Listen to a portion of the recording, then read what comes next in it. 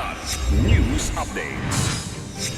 Mga balita ngayon, Mayor ng Barobo, Surigao del Sur, tinambangan matapos na ipasara ang mga iligal na pagmimina, alkalde at army escort sugatan. Oriental Mindoro Truth Mission, mga grupo naglabas ng resulta ng investigasyon sa January 1 encounter na nawagan ng hustisya sa Kamara.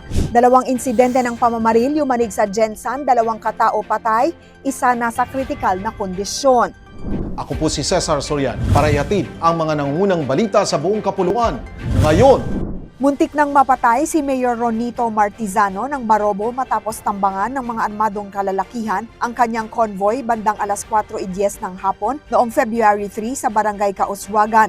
Hinarang umano ng gray na Toyota at motorsiklo ang sinasakyang high-ace van bago paulanan ng bala gamit ang high-powered firearms na nag-iwan ng maraming tama sa harap at likod ng sasakyan.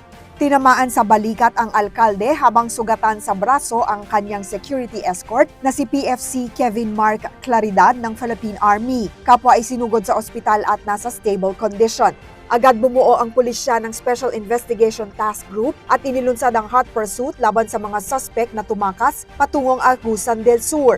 Kinokolekta na ang ballistic fragments at CCTV footage. Hindi isinasantabi ng mga investigador ang anggulong posibleng paghihiganti kaugnay ng kampanya ng alkalde laban sa iligal na pagmimina at kamakailan ay pinatigil ang mga operasyong may umano'y dayuhang sangkot. Inilahad ng Buklod Kapayapaan, Hands Off Our Children Movement at Nabangani Fact-Finding and Solidarity Mission ang resulta ng kanilang independyenteng investigasyon sa Abra de Ilog, Oriental Mindoro sa isang press conference noong February 3, kaugnay ng armadong engkwentro noong January 1. Batay sa fieldwork noong January 27 hanggang 28 sa 4 na sityo ng Barangay Kabakaw, iginiit ng mga grupo na walang bakbakan sa loob ng residential areas, ngunit nakaranas ang mga sibilyan ng matinding takot, trauma at pansamantalang paglikas. Wala rin umanong ebidensyang nagpapatunay sa aligasyong may napatay na mga batang mangyan o inabuso ang mga ina at nagbabala laban sa mapanganib na disimpormasyon.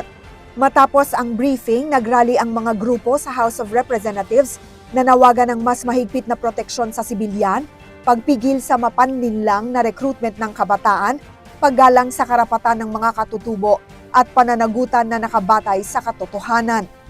2 hiwalay ngunit kapwa marahas na pamamaril ang yumanig sa General Santos City noong Lunes, February 2 na ikinasawi ng 2 sibilyan at ikinasugat ng isang bata. Sa Barangay Ligaya, bandang umaga, pinagbabaril si Rafi Buday Lambak, 35, habang ihahatid ang 3 niyang anak sa paaralan sakay ng tricycle. Saglit siyang huminto sa isang tindahan nang lapitan ng 2 lalaking sakay ng motorsiklo at paulit-ulit na paputukan. Tinamaan din ng bala sa binti ang kanyang grade 3 na anak. 5 basyo ng bala ng 45 ang narecover sa lugar, indikasyon ng planadong pag-atake.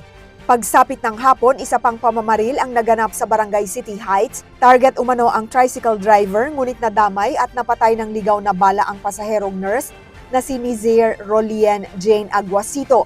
Patuloy ang manhunt, CCTV review at investigasyon ng pulisya upang tukuyin ang mga salarin at motibo sa likod ng magkakaugnay na karahasang ito. Para sa Kidlat News Channel, ako si Rosalyn Sinchonco, nag-uulat. ako po si Cesar Soriano, kasama nyo sa bawat pagputo ng balita.